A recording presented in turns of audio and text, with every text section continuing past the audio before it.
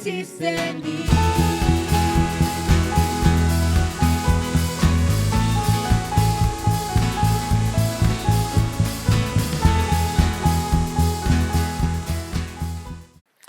Muy buenos días, iglesia. Qué gusto que el día de hoy estemos juntos para rendirle a nuestro Dios la adoración que Él merece. El propósito de nuestra adoración congregacional es recordar que hay alguien que tiene el control de todas las cosas y no eres tú, no soy yo.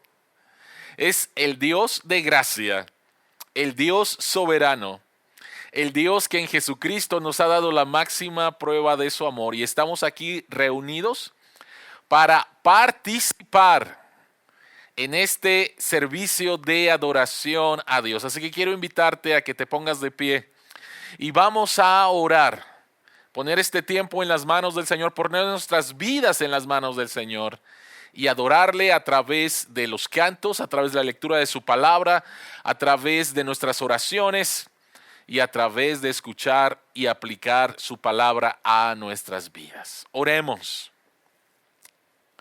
Padre que estás en los cielos, santificado sea tu nombre. Desde la eternidad y hasta la eternidad, tu nombre sea exaltado. En el nombre de Jesús hemos venido delante de tu presencia, teniendo siempre en cuenta el amor de nuestro Salvador, el cual derramó hasta la muerte por nosotros, teniendo en cuenta la resurrección de Jesús, por medio de la cual nos has dado nueva vida. Al que está sentado en el trono y al Cordero sean la gloria, la alabanza y el poder por los siglos de los siglos. Amén. Escuchen el llamado que nos hace las Escrituras para adorar a Dios en el Salmo 18, versículos del 1 al 3. Cuánto te amo, Señor, fuerza mía. El Señor es mi roca, mi amparo, mi libertador. Es mi Dios, el peñasco en que me refugio. Es mi escudo, el poder que me salva, mi más alto escondite. Invoco al Señor, que es digno de alabanza, y quedo a salvo de mis enemigos. Alabemos al Señor cantando acerca de su gracia.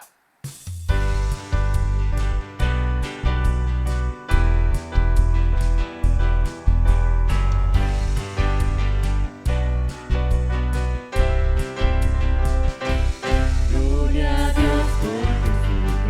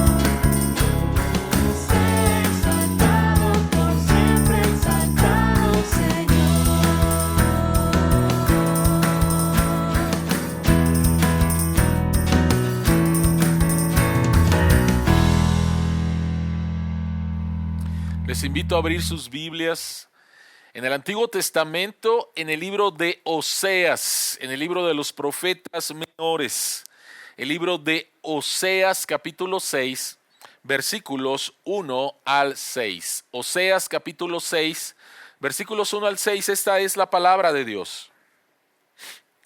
Vengan, volvámonos al Señor. Él nos ha despedazado, pero nos sanará. Nos ha herido, pero nos vendará. Después de 2 días nos dará vida.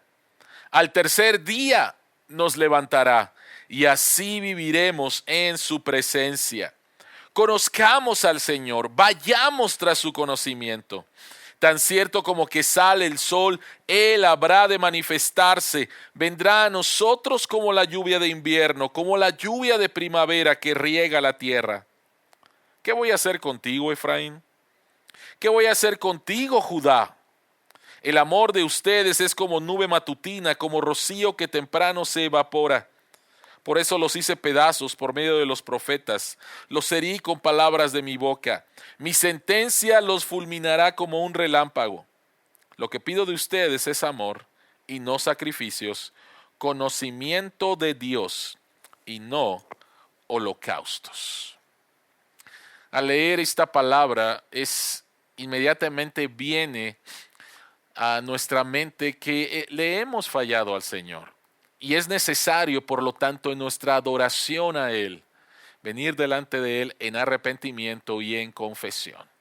Eclesiastés capítulo 7, el versículo 20 dice: no hay en la tierra nadie tan justo que haga el bien y nunca peque.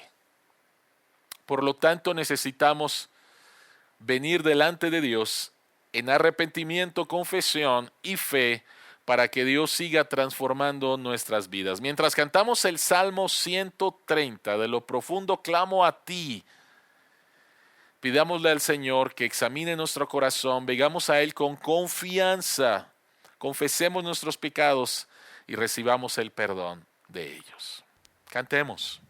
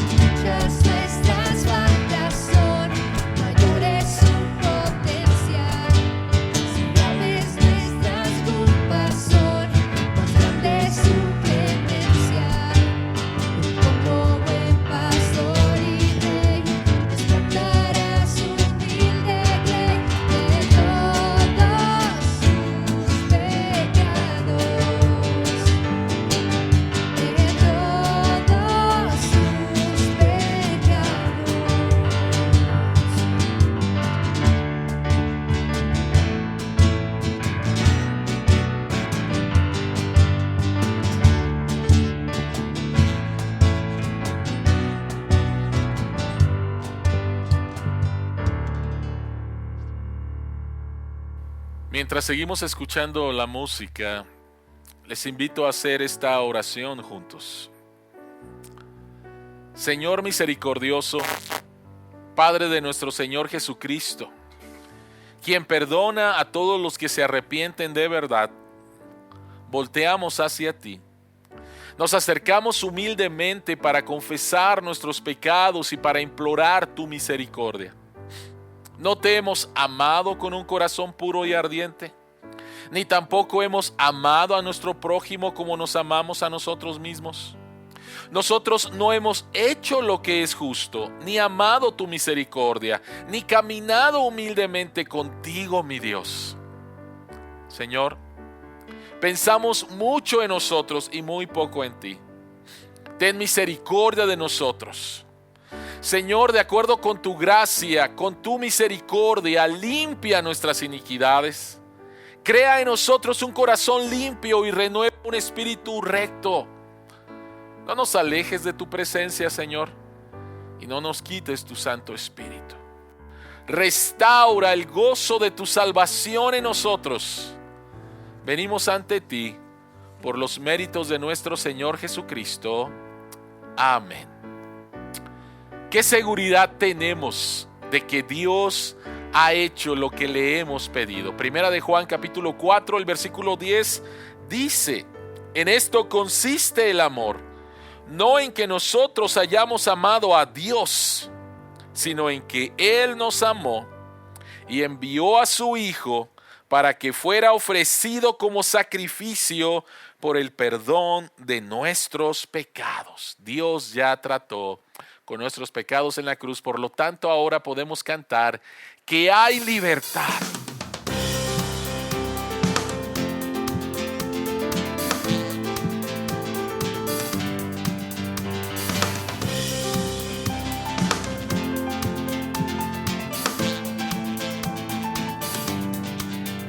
Las cadenas de la muerte me quitó, para mí ya no hay condenación, hay libertad, libertad. Siendo esclavo del pecado me libró, que en la cruz compró mi redención y libertad, libertad. Pronto me salvaron, se dio vida nueva y el fondo del mar echó mi maldad. Tampoco está pecado, siempre perdonado, solo en el nombre de Jesús hay libertad.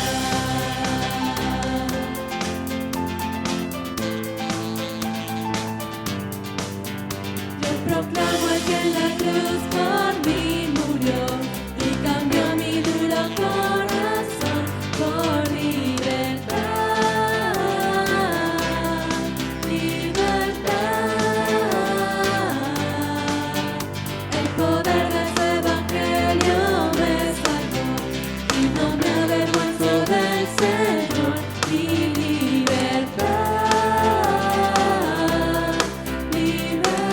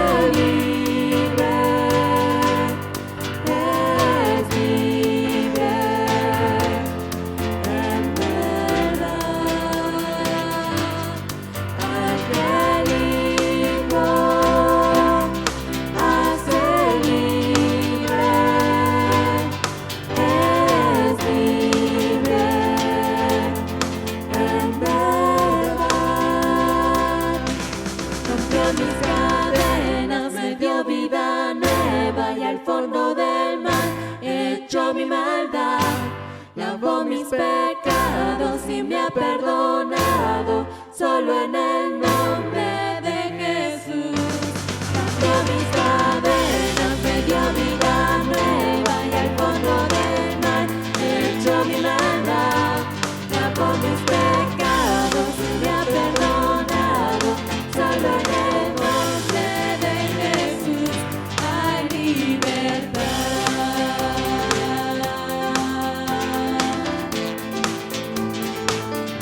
Hay libertad.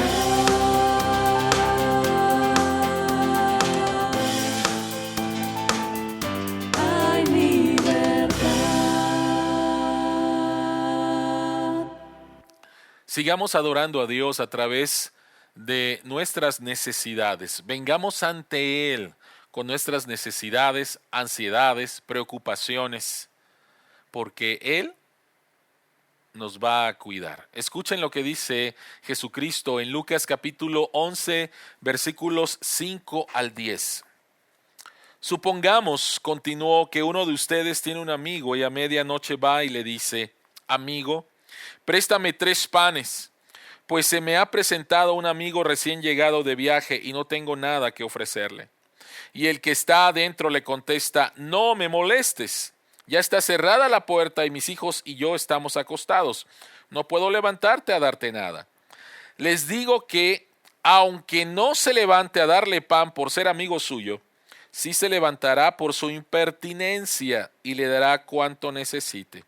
Así que yo les digo: pidan y se les dará. Busquen y encontrarán. Llamen y se les abrirá la puerta, porque todo el que pide recibe, el que busca encuentra, y al que llama se le abre. Entonces vayamos a Dios con esta confianza, con lo que Jesucristo acaba de decir. Podemos pedir, podemos llamar, podemos acercarnos con confianza con Dios. Oremos. Señor Jesús, gracias por enseñarnos después del Padre Nuestro este ejemplo acerca de que cuando nos acercamos, Señor, a ti, no nos acercamos a alguien que por ser nosotros impertinentes nos va a contestar. No, todo lo contrario. Nos acercamos a nuestro Padre. Nos acercamos a quien se deleita en escuchar nuestra voz. Nos acercamos con la confianza de que si pedimos, nos darás, que si buscamos, encontraremos, y que si te llamamos, nos abrirás la puerta. Así que, Padre, queremos adorarte en estos momentos a través de las necesidades que tenemos al vivir en este mundo caído. Nos acercamos, Señor, a ti después de un año y ya casi un mes de pandemia. Nos acercamos a ti, Señor, con la confianza de que atenderás nuestro pedido y suplirás para nuestras necesidades conforme a tu voluntad, conforme a tu sabiduría. A veces, Señor, nosotros creemos que es lo que es más conveniente para nosotros. Pero los que tenemos, Señor, la experiencia de ser padres, sabemos que a veces nuestros hijos en su inmadurez nos piden cosas que no son las más convenientes. Y entonces nosotros les damos conforme a lo que les conviene. Y Señor, sabiendo que tú eres un Padre perfecto, todavía con más confianza te pedimos, y sabemos que si no nos das exactamente lo que te pedimos, nos darás exactamente lo que necesitamos y lo que es mejor para nosotros. Así que con esta confianza es que estamos delante de ti, poniéndote nuestras necesidades familiares, nuestras necesidades económicas, nuestras necesidades de trabajo, nuestras necesidades en nuestras relaciones con nuestro esposo, esposa, con nuestros hijos, con nuestros compañeros de trabajo. Venimos delante de ti, Señor, para pedirte sabiduría en la toma de decisiones. Venimos delante de ti nuevamente, Señor, para pedirte que tú sigas proveyendo para nuestras necesidades y nos sigas protegiendo, Señor, todavía en medio de esta pandemia. Te queremos agradecer, Señor, porque ya en las 16 alcaldías en nuestra ciudad se ha puesto la primera vacuna a los adultos mayores y te damos muchas gracias por ello. Y te pedimos, Padre, que las siguientes vacunas puedan llegar. Te pedimos, Padre Celestial, que nuestro gobierno sea más empático con personal, Señor, de salud, de hospitales privados, porque esta semana, Señor, recibieron un golpe muy fuerte, Señor, de no empatía por parte de nuestro gobierno, y donde ellos continúan, Señor, atendiendo a la población de la ciudad. Padre, sabemos, Señor, que hay problemas para que lleguen las vacunas de acuerdo a los contratos que firmó nuestro gobierno. Y te pedimos, Señor, en el nombre de Jesús, que tú puedas agilizar cualquier trámite para que las vacunas, Señor, puedan llegar más pronto y el plan de vacunación, Señor, continúe. Si hay alguien que está tratando de impedir esto o usarlo para otros fines, te pedimos en el nombre de Jesús que tú, Señor, se lo impidas y que más población en nuestra ciudad y en nuestro país, Señor, sea vacunada. Padre, al venir delante de ti también queremos acordarnos de lo que hemos estado orando durante la semana. Queremos seguirte pidiendo, Señor, por los familiares de Paulina Mendoza, por su tía Elvia, por su primo Joel, Señor, quienes están intubados, Señor, y queremos pedirte que tú tengas misericordia de ellos, que ellos puedan mejorar, Padre, en su salud. Ten misericordia de ellos, Señor, fortalece sus pulmones y, Señor, que pronto pueda haber una mejoría para que ya no estén entubados, Padre. Te queremos pedir también por Felipe, quien es el que está mejor de salud, pero rogamos, Señor, por ellos tres, en tu misericordia, sánalos, Padre Celestial. Queremos, Padre, en el nombre de Jesús, seguirte pidiendo por Daniela Correa. Esta semana, Señor, su padre Alberto falleció, y te ruego en el nombre de Jesús que tú sigas consolando el corazón de Daniela, y te agradezco, Señor, por toda la ayuda que ella ha recibido por parte de familiares y amigos para atender, Señor, todos los detalles con respecto al fallecimiento de su papá, de Alberto Correa. Y te agradezco, Señor, de que Alberto escuchó tu palabra, escuchó el evangelio, y, Señor, confiamos en tu grande amor y tu misericordia. Padre que estás en los cielos, también te queremos dar las gracias porque Juan Pablo Plasencia, Señor, el hermano de Germán, salió del hospital, estuvo en una situación, su vida estuvo en una situación muy crítica, y sin embargo en tu misericordia, Señor, él ya se encuentra en casa recuperándose, y te pedimos por una recuperación completa. Te agradezco también, Señor, que mi mamá, de una manera muy lenta, Señor, pero lleva pasos muy pequeños, pero que son señales de su mejoría. Te ruego que sigas fortaleciendo el cuerpo de mi mamá, Señor. Te agradezco por la grande misericordia que has derramado en su vida y te pido, Señor, que su recuperación continúe como hasta ahorita, Señor, que nos han dado buenas noticias.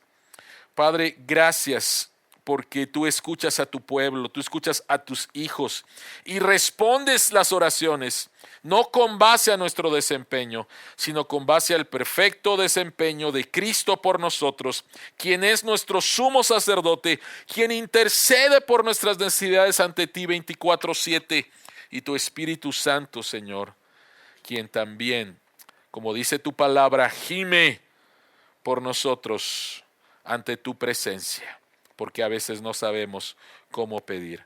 Así que, Señor, gracias, gracias, Padre, porque te hemos buscado y hemos encontrado en ti gracia en Cristo. Te hemos llamado y se nos ha abierto la puerta. Te hemos pedido y tú nos darás conforme a tus riquezas y gloria en Cristo Jesús, en cuyo nombre oramos.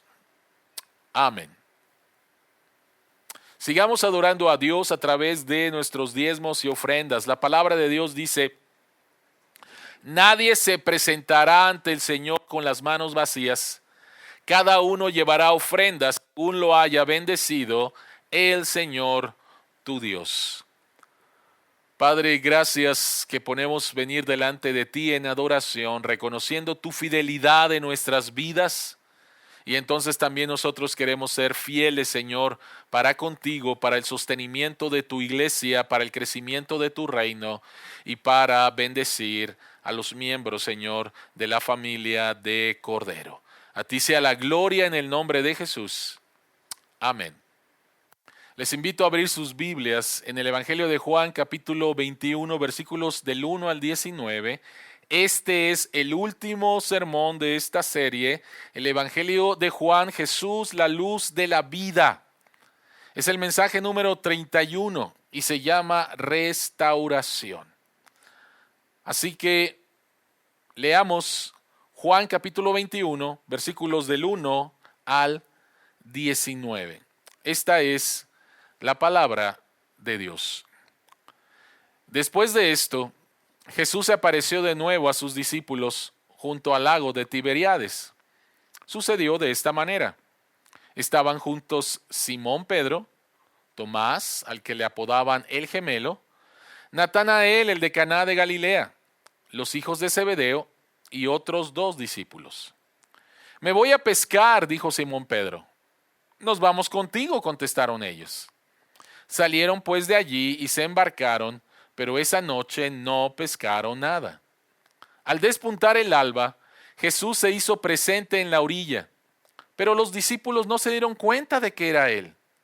Muchachos, ¿no tienen algo de comer?, les preguntó Jesús. No, respondieron ellos. Tiren la red a la derecha de la barca y pescarán algo. Así lo hicieron y era tal la cantidad de pescados que ya no podían sacar la red. Es el Señor, dijo a Pedro, el discípulo a quien Jesús amaba.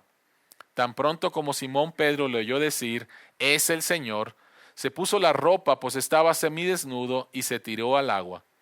Los otros discípulos lo siguieron en la barca, arrastrando la red llena de pescados, pues estaban a escasos 100 metros de la orilla.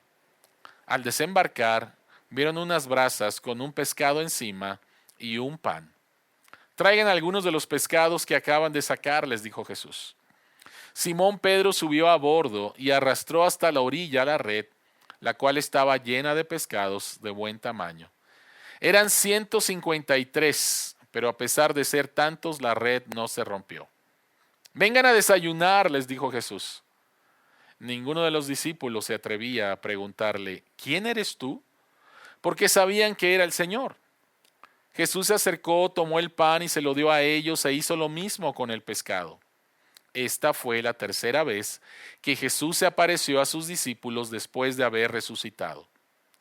Cuando terminaron de desayunar, Jesús le preguntó a Simón Pedro, Simón, hijo de Juan, ¿Me amas más que a estos? Sí, Señor, tú sabes que te quiero, contestó Pedro. Apacienta a mis corderos, le dijo Jesús.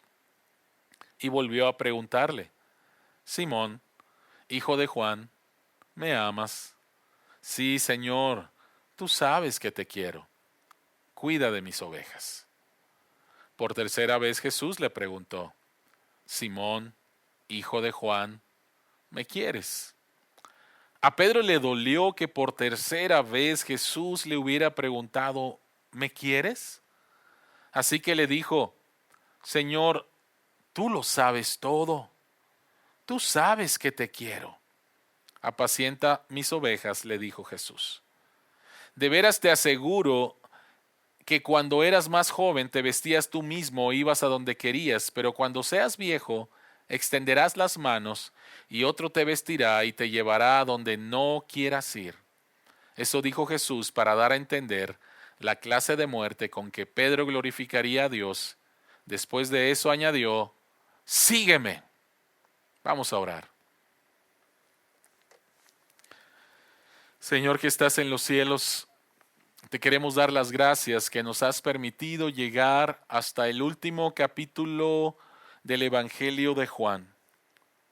Y te ruego que nuevamente abras nuestros ojos para ver las maravillas que hay en tu ley y que tu Espíritu Santo nos guíe a la verdad del Evangelio, la aplique en nuestras vidas y seamos transformados. En el nombre de Jesús oramos. Amén. ¿Por qué el Evangelio de Juan no termina con la resurrección de Jesús como los tres evangelios sinópticos? Mateo, Marcos y Lucas terminan su relato con la resurrección de Jesús. Pero Juan añade un capítulo más, un incidente más entre Jesús y los discípulos y especialmente en la vida de Pedro. ¿Por qué será? ¿Por qué será?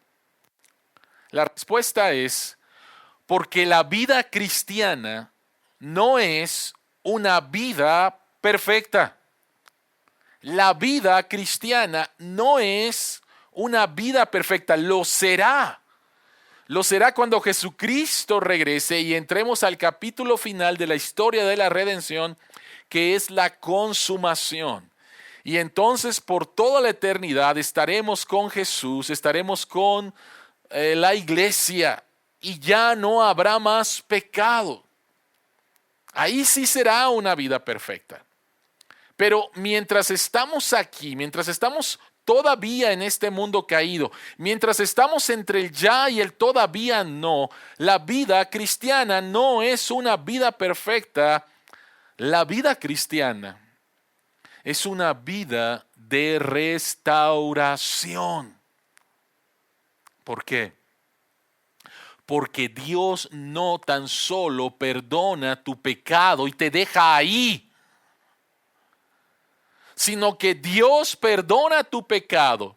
Y entonces lo siguiente que va a hacer Dios va a ser restaurarte cada vez más y más al diseño original hasta que lleguemos a la perfección en la consumación.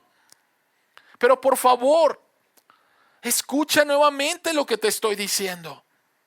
Dios no tan solo perdona tus pecados y te deja como te encontró y te dice ahí nos vemos en el cielo.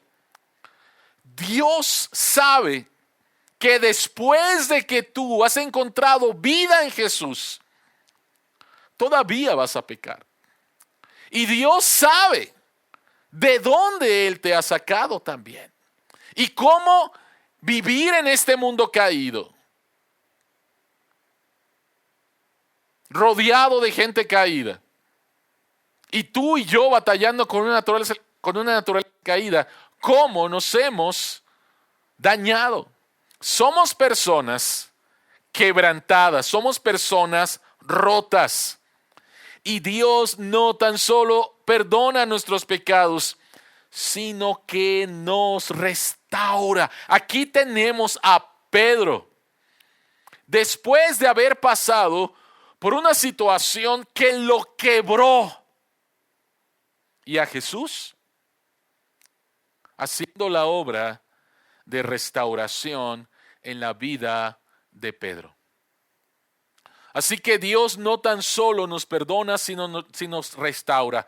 Por lo tanto, la pregunta que queremos contestar es: ¿cómo Dios te restaura del pecado y el quebrantamiento? ¿Cómo? Son tres cosas. Espero que tengas ahí tu bosquejo. En primer lugar, tiene que ver con quién te restaura. ¿Quién te restaura? Después, ¿cómo te restaura? Y por último, ¿a qué eres restaurado? ¿Quién te restaura? ¿Cómo te restaura? ¿Y a qué eres restaurado? Así que vayamos al punto número 1. Es ¿quién te restaura? Versículos del 1 hasta el 14. El viaje de la negación a la restauración en la vida de Pedro está marcado por la soberanía de Dios. Lo voy a decir nuevamente. El viaje de la negación de Pedro a la restauración de Pedro está bajo la soberanía de Dios. Así que vayamos en primer lugar a examinar cómo la soberanía de Jesús fue sobre la negación de Pedro. Y entonces les invito a ver Lucas capítulo 22, versículos 31 al 34. Por favor, observen la soberanía de Jesús sobre la negación de Pedro, sobre el pecado de Pedro.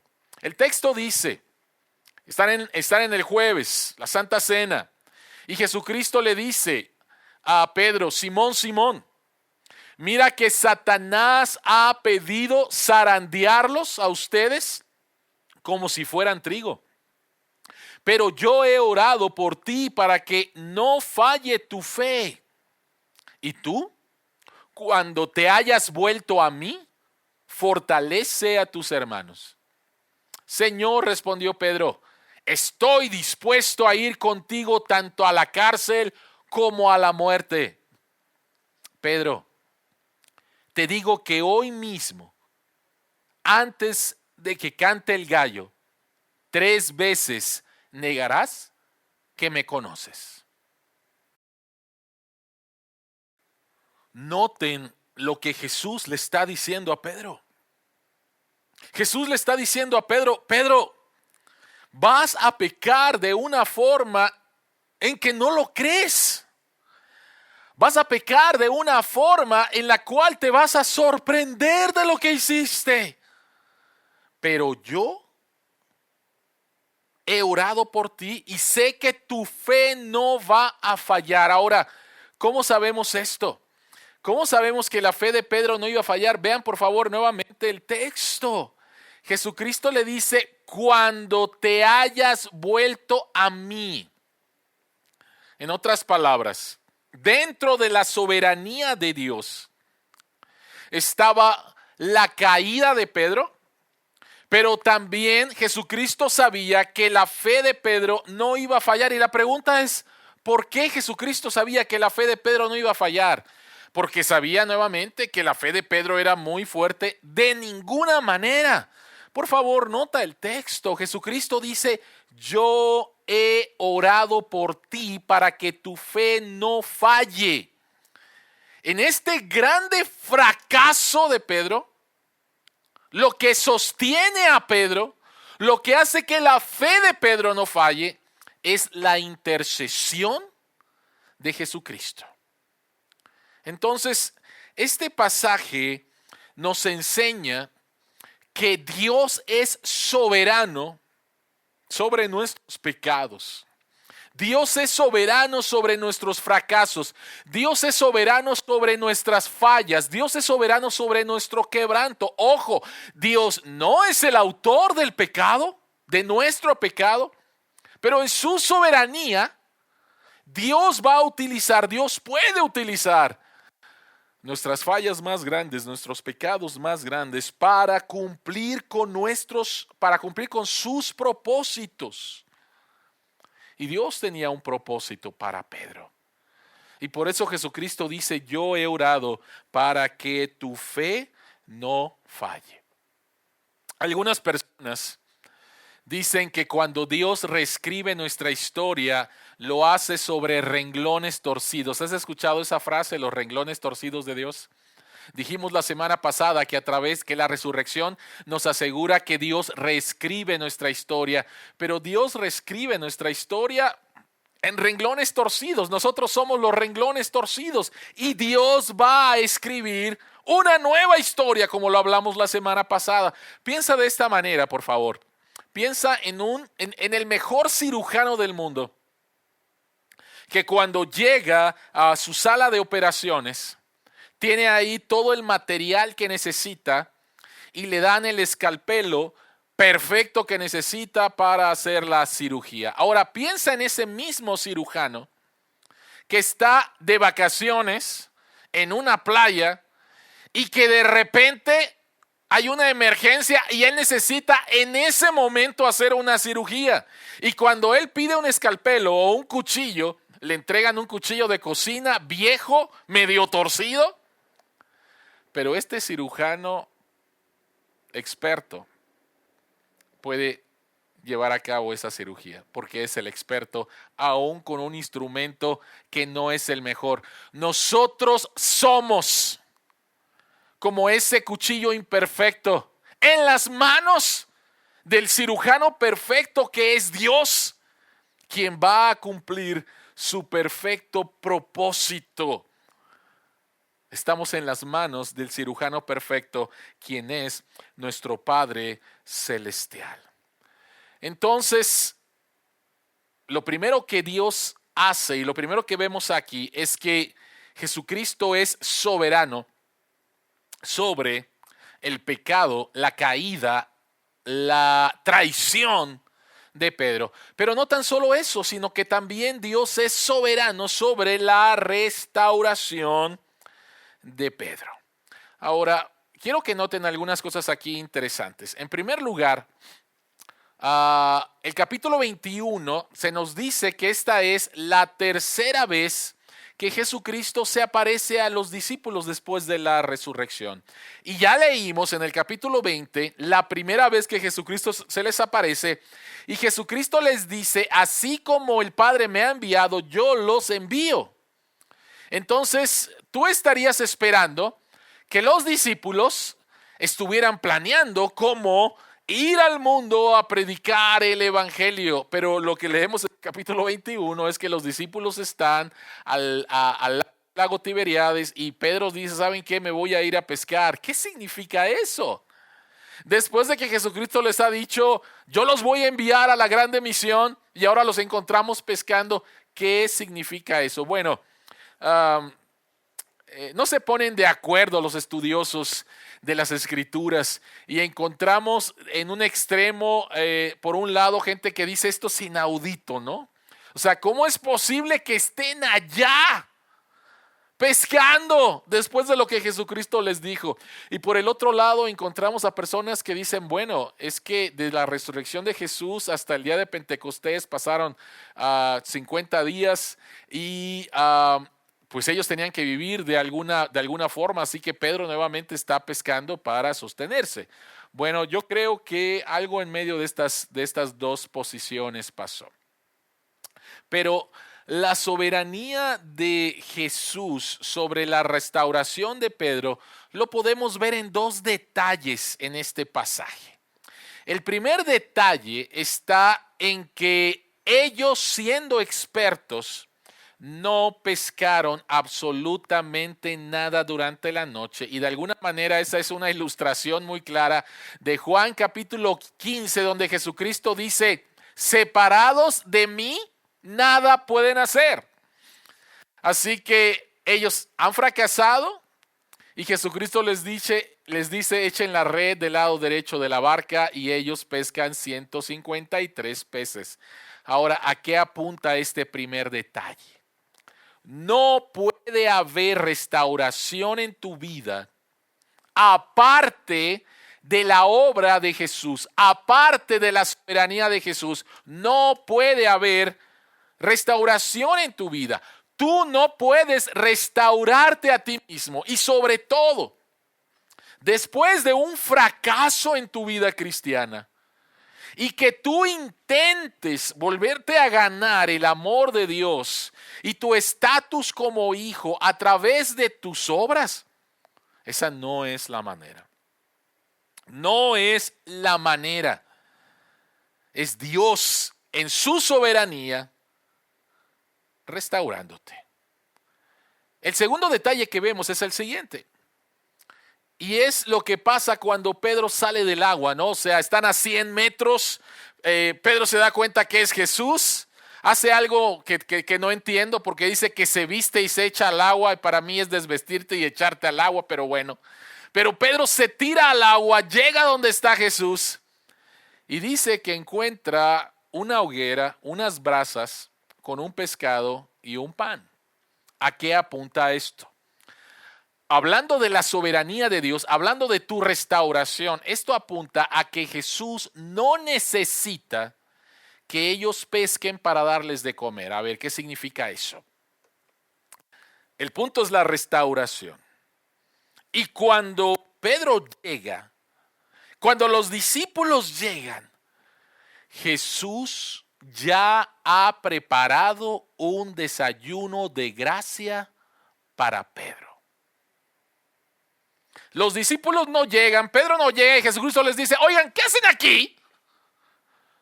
¿Qué están, por qué están pescando? ¿Qué les pasa? Yo ya les dije que los voy a enviar al mundo. ¿Por qué no han planeado? Ellos llegan y Jesucristo no los recibe con un regaño. Jesucristo no los recibe enojado. Jesucristo los recibe ya con un desayuno. Jesucristo ya ha preparado un desayuno. Jesucristo no tuvo que esperar a que ellos pescaran, a que le trajeran los pescados, a que ellos prepararan la hoguera, a que ellos buscaran pan. Jesucristo ya tiene preparado un desayuno de gracia para Pedro, para ellos, para ti, para mí. Jesús es quien te restaura de tu pecado, de tu agonía, de tu dolor, de tu vergüenza, de tu quebranto, por medio de su gracia soberana. Es increíble, ¿no? Nos sentimos avergonzados, nos sentimos que a lo mejor Dios está molesto, nos sentimos que a lo mejor ya no hay chance para nosotros, que el crédito se ha acabado. Pero por la obra de Cristo, Dios te recibe con su gracia. Dios prepara un desayuno de gracia para ti, para restaurarte. Así que, ¿quién te restaura? Quien te restaura es Jesús, quien es soberano sobre tu pecado y soberano sobre tu restauración. La siguiente pregunta es ¿cómo? ¿Cómo lo hace?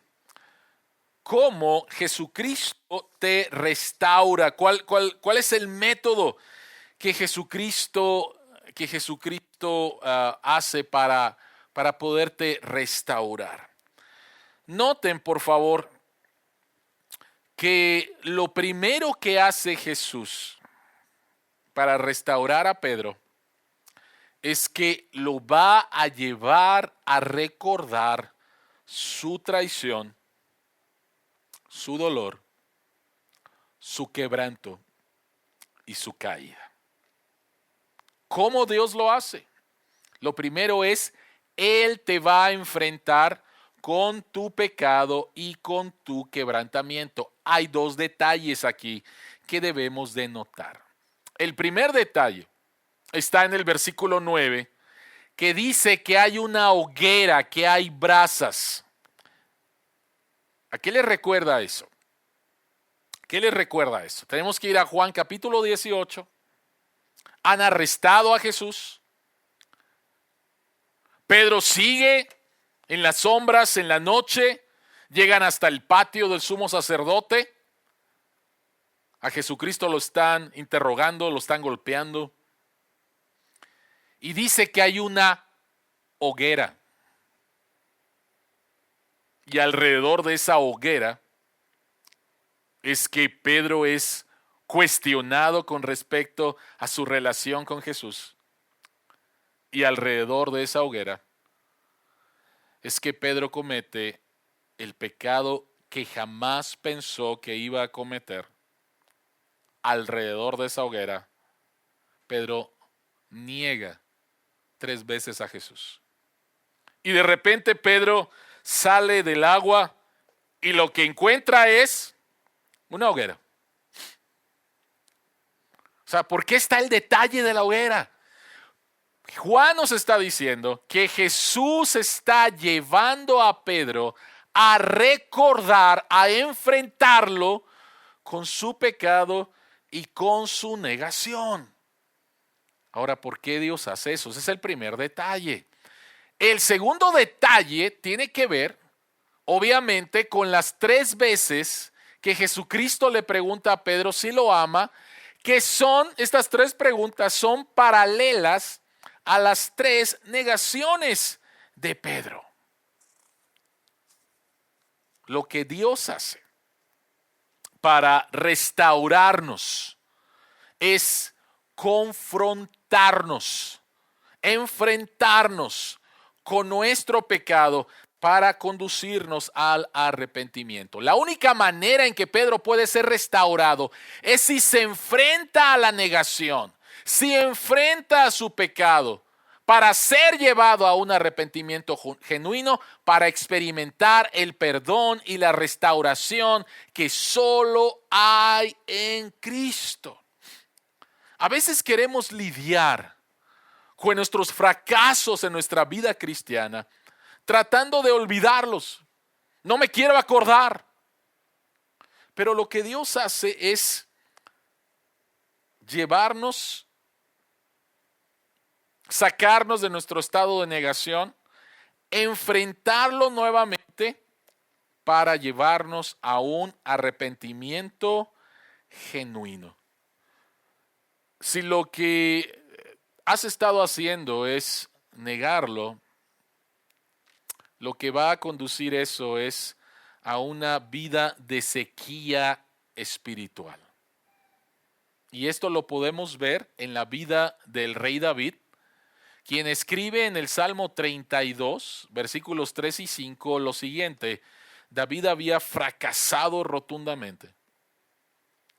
El hombre conforme al corazón de Dios fracasó rotundamente. Y dice lo siguiente: mientras guardé silencio, mis huesos se fueron consumiendo por mi gemir todo el día. Mi fuerza se fue debilitando como al calor del verano, porque día y noche tu mano pesaba sobre mí. Lo que David está escribiendo es afirmado el día de hoy por la medicina. Cuando hay algo que te ha afectado, que tú sientes que has fallado y lo estás ocultando y lo estás negando, te vas a enfermar físicamente, te vas a enfermar emocionalmente, te vas a enfermar psicológicamente y puede llevar a cosas todavía más graves. David dice: mientras guardé silencio, mientras no confesé mi pecado, dice, me sentí enfermar. No lidies con tu restauración de esa manera.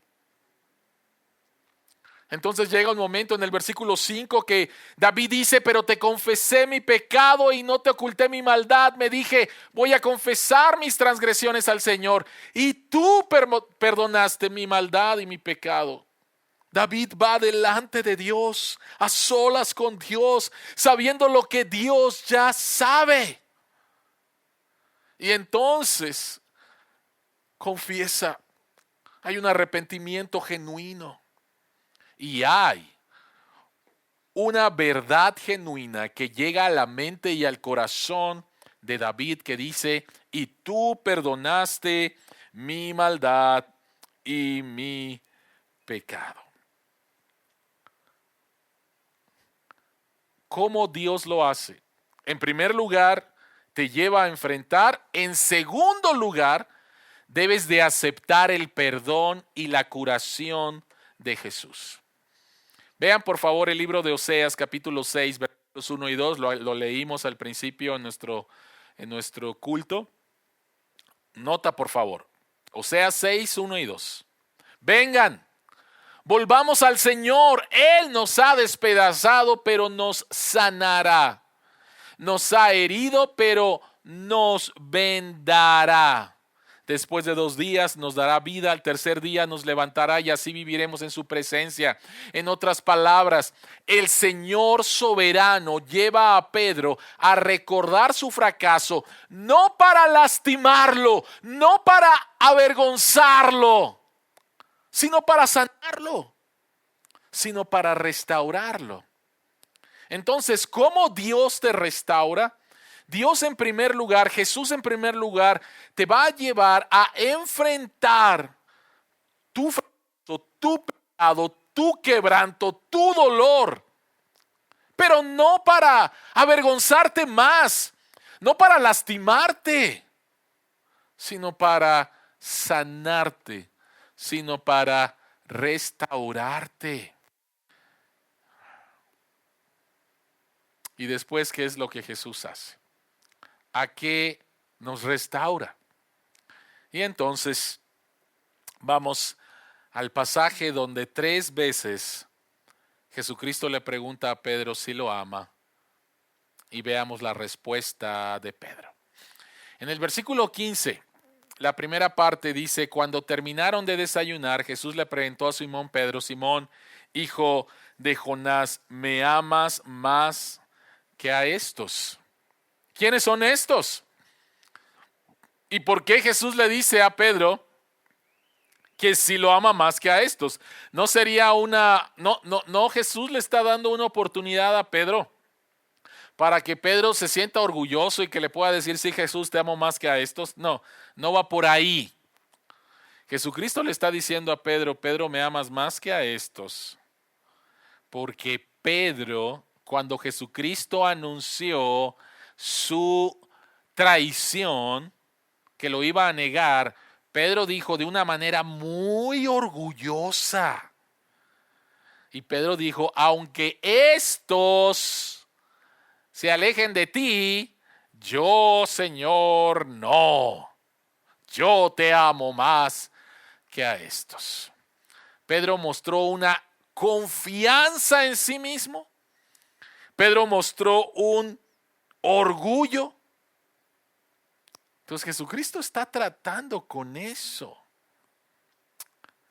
Es interesante que las 2 veces que Jesucristo le dice a Pedro: Pedro, me amas, Jesucristo utiliza el término ágape, que significa el amor incondicional que tenemos de parte de Dios, el amor que nunca falla.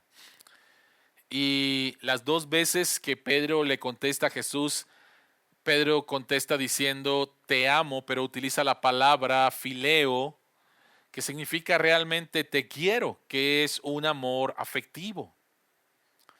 Pero la tercera vez que Jesucristo le pregunta ¿me quieres? O sea, Pedro le dijo ya 2 veces: Señor, tú sabes que te quiero. Pero la tercera vez que Jesucristo le pregunta, y dice el texto que a Pedro le dolió que Jesucristo le preguntara. Es interesante que la respuesta de Pedro fue: Señor, tú lo sabes todo. En otras palabras, Pedro no está apelando a sí mismo, no está apelando a su conocimiento. Ahora apela al conocimiento de Jesús. Encontramos en Pedro una transformación. Encontramos en Pedro humildad. Encontramos en Pedro la obra de restauración de Jesús tomando forma. De este hombre orgulloso de que sí, yo te quiero más que a nadie y voy a ir a la cárcel y puedo morir por ti. Encontramos a un hombre que dice: a lo único que puedo apelar es a tu conocimiento, Señor. a lo único que puedo apelar es a ti. Ya no más yo. Porque si apelo a mí, estoy apelando a lo que me llevó a pecar contra ti. Si apelo a mi orgullo, si apelo a mi fuerza, si apelo a mi confianza, si apelo a mis conocimientos, me estoy separando de ti. Y eso es lo que me llevó al fracaso. Así que, Señor, apelo a ti. Apelo a que lo sabes absolutamente todo. Y entonces, la obra de restauración de Jesús la vemos en Pedro. Y entonces Jesús lo comisiona. Pero por favor, noten esto que es bien importante. Primero Jesús pregunta, ¿me amas? Y después Jesucristo le da la comisión. Apacienta mis ovejas, cuida de mis ovejas. Y este es el orden correcto. En primer lugar, somos restaurados. En segundo lugar, somos llamados a servir. No es al revés. No es voy a servir para ganarme el amor de Dios, para ser aceptado por Dios. No. En primer lugar, eres restaurado para poder servir a otros. Si tu servicio a otros no surge de tu amor por Jesús, por haber sido perdonado y restaurado por Jesús, entonces en tu servicio lo único que vas a hacer con otros es usarlos y es lastimar a otros. Por eso es importante, soy restaurado. Esto hace que ame a Jesús más por lo que Él ha hecho en mi vida.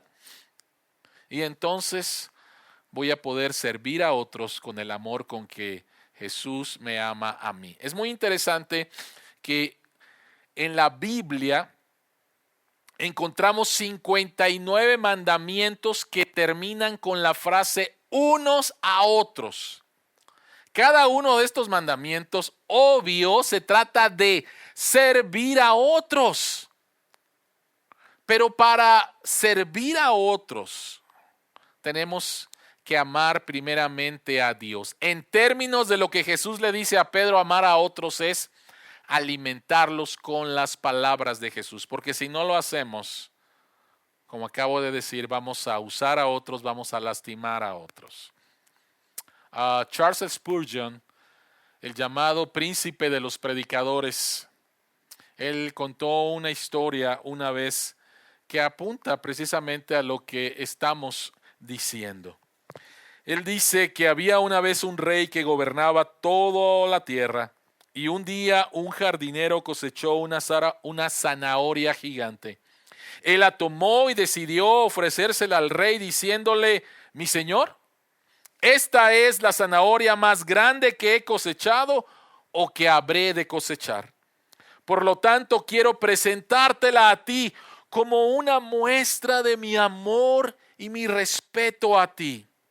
El rey estaba conmovido y discernió el corazón del hombre. De modo que cuando el hombre se disponía a irse, el rey le dijo, espera. Claramente eres un buen administrador de la tierra.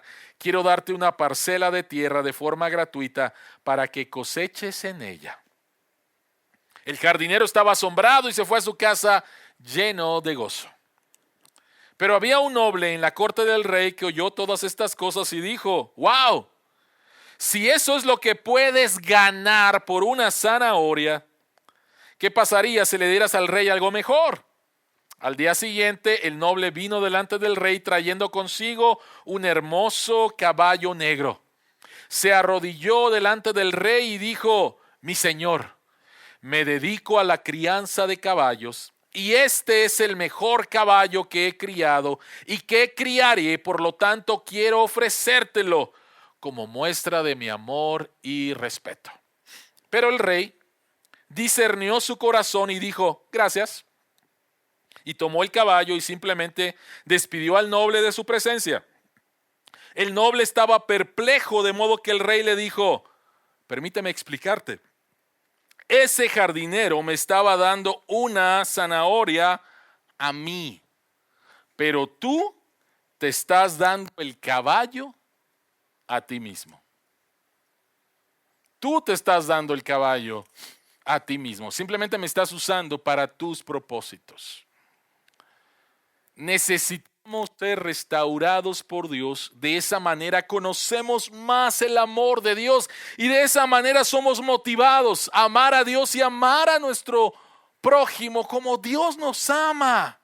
De otra manera, podemos estar diciendo que estamos sirviendo a Dios al servir a otros, pero lo único que estamos buscando es servirnos a nosotros mismos. ¿Quién restaura? Es Jesucristo. Con base en su soberanía, en tu pecado y en la restauración. ¿Cómo te restaura? Te restaura a través de enfrentarte a tu pecado, pero para después que puedas recibir su perdón y ser sanado. Y te restaura en primer lugar a Él y siendo transformado por su amor, entonces tú puedas servir a otros con ese mismo amor. En varias partes en Alaska, en el norte de Canadá, en el norte de Estados Unidos y en algunos países en el norte de Europa, hay una flor que se llama fireweed. Y esta flor es muy, muy interesante. En primer lugar, es una flor bella, tiene un color morado que va a lila y es una flor que se utiliza de muchas maneras. Se hacen tés con esta flor para poder calmar la tos, para poder calmar males estomacales. Es una flor que tiene mucho uso. Pero lo interesante es esto. Después de un incendio en estas zonas, la primera flor que crece después de un incendio es precisamente esta flor, fireweeds. Y esta es una excelente imagen de la restauración que hace Jesús. De lo que queda de un incendio, de lo que queda de un fracaso, de lo que queda de cenizas. Dios saca vida, perdona, restaura a la belleza del diseño original y lo usa para su gloria, para el avance de su reino, para bendecir a otros. Es una excelente imagen. De las cenizas surge vida, vida que es bella y vida que va a ser útil para otros. ¿Cómo podemos estar seguros de eso? ¿Cómo podemos estar seguros de eso? Noten por favor nuevamente Oseas 6:2. Después de 2 días nos dará vida. Al tercer día nos levantará y así viviremos en su presencia. Esto habla de la resurrección de Jesucristo. Es una profecía con respecto a la resurrección de Jesucristo. Por lo tanto, tu restauración, lo que asegura tu restauración, es la muerte y la resurrección de Jesucristo. Por favor. Yo sé que hay muchas personas que me están escuchando que han fracasado en su vida cristiana, que han pecado contra Dios, que han dicho, ¿cómo pude haber hecho esto? Jamás pensé que había hecho esto. Algunos posiblemente se han alejado pensando en que no hay más perdón de Dios. Otros están ahí, pero hay un grande peso de culpa, o la vida cristiana se ha secado. Para ti es este mensaje. Dios no tan solo perdona, Dios restaura y saca de las cenizas de tu fracaso vida. Así como Jesucristo resucitó de la muerte al tercer día, de las cenizas de tu pecado, de las cenizas de tu fracaso, Dios va a sacar vida y te va a estar restaurando al diseño original para usarte para su gloria y para bendecir a otros. Y lo que te asegura esto es la resurrección de Jesucristo. Oremos. Señor que estás en los cielos, te queremos dar las gracias porque la obra de Cristo en la cruz y en su resurrección no tan solo incluía el perdón de todos nuestros pecados, porque al llegar a la cruz llegamos rotos, llegamos quebrados, y después de la cruz todavía, Señor, hemos pecado, pecamos, fracasamos. Gracias que la obra de la cruz y la obra de resurrección incluye también nuestra restauración. Tú como el restaurador de arte que toma nuestras vidas quebradas y en tu soberanía nos limpias nuestras heridas, curas nuestras heridas, sanas nuestras heridas. Y aquella obra de arte quebrada, sucia, empieza a recuperar su belleza en las manos del restaurador de arte perfecto, en las manos del cirujano perfecto, en las manos de Jesucristo nuestro Salvador. Padre que estás en los cielos, sigue haciendo tu obra de restauración en nuestras vidas. Síguenos ayudando a entender más profundamente tu evangelio, estas buenas noticias, llevándonos a arrepentimientos genuinos para que cada vez más y más la vida de Jesús se manifieste en nosotros. A ti sea toda la gloria en el nombre de Cristo. Amén. Les invito a ponerse de pie y entonces recibamos la bendición sacerdotal en Números capítulo 6, versículos 24 al 26. El Señor te bendiga y te guarde. El Señor te mire con agrado y te extienda su amor. El Señor te muestre su favor y te conceda la paz. Cantemos.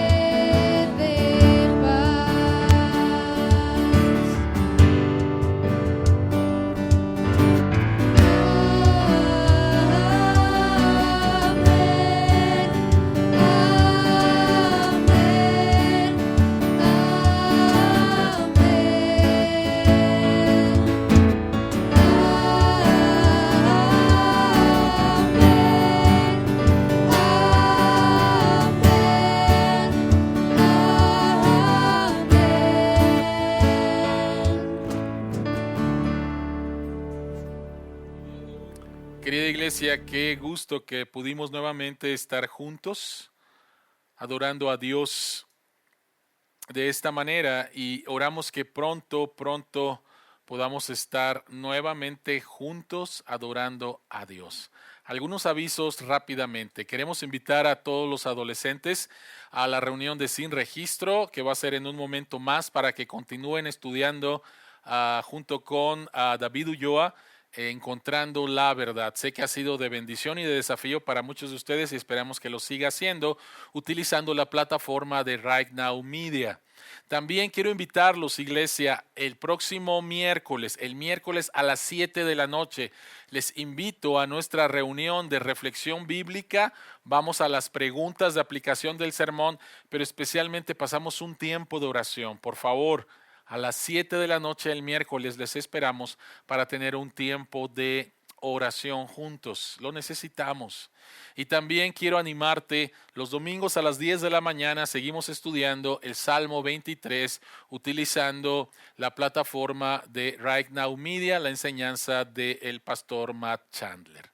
Iglesia, síganse cuidando, por favor. El día de ayer dijeron que pronto vamos a estar muy posiblemente en semáforo amarillo. Esperamos que así sea para continuar y que pronto esta cuestión de la pandemia sea solamente un recuerdo de la gracia de Dios en nuestras vidas. Que el Señor les bendiga y nos vemos el próximo domingo.